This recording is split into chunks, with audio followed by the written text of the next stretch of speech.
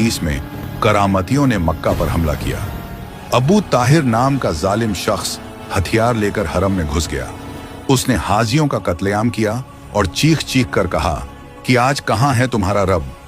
लाशों को जमजम के कुएं में फेंक दिया गया और वह जालिम हजरे अस्वद को उखाड़कर अपने साथ ले गया। 22 साल तक काबा बिना उस पत्थर के रहा। लोग डर के मारे हज पर जाना छोड़ चुके थे। आखिरकार मजबूर होकर और कमजोर पड़ने पर उन्होंने वह पत्थर वापस किया। सदियां गुजरती गईं और 1600 ईस्वी में एक भयानक सैलाब ने फिर काबा को नुकसान पहुंचाया। इस बार ऑटोमन सुल्तान मुराद ने बेहतरीन इंजीनियर्स बुलवाए और दुनिया के सबसे मजबूत पत्थरों से काबा को वैसा ही बनाया जैसा आज हम देखते हैं। एक दिलचस्प दौर वह भी था जब काबा के चारों तरफ 4 अलग अलग मुसल्ले हुआ करते थे। हनफी, मालकी, शाफी और हम्बली लोग अपने अपने इमाम के पीछे अलग नमाज पढ़ते थे। मगर 1924 में जब किंग अब्दुल अजीज ने मक्का फतेह किया तो उन्होंने इस फिरका परस्ती को खत्म किया और हुक्म दिया कि सब मुसलमान एक ही इमाम के पीछे नमाज पढ़ेंगे।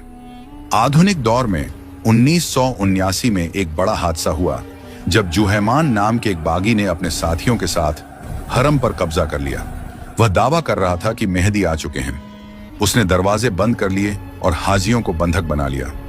मजबूरन सऊदी फौज को हमला करना पड़ा। फ्रांस की स्पेशल फोर्सेस की मदद ली गई। टनल्स में छिपे बागियों को निकालने के लिए गैस और पानी का इस्तेमाल हुआ। 2 हफ्ते की खूनी जंग के बाद हरम को आजाद कराया गया।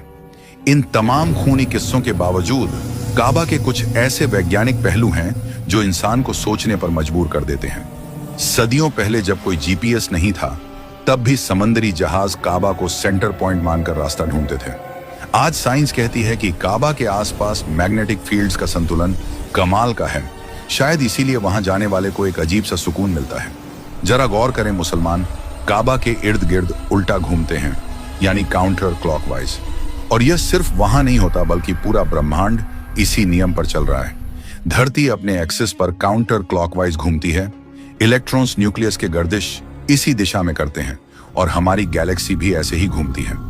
मुसलमान जब तवाफ करते हैं तो वह दरअसल कुदरत के इसी बहाव के साथ जुड़ जाते हैं। हजारों लोग जब एक साथ एक ही दिशा में घूमते हैं तो वहां एक जबरदस्त एनर्जी फील्ड बनती है। सूफी कहते हैं कि जैसे काबा के चक्कर लगाए जाते हैं, वैसे ही इंसान का दिल भी एक काबा है। नबी सल्लल्लाहु अलैहि वसल्लम ने भी फरमाया कि मोमिन का दिल अल्लाह का घर है।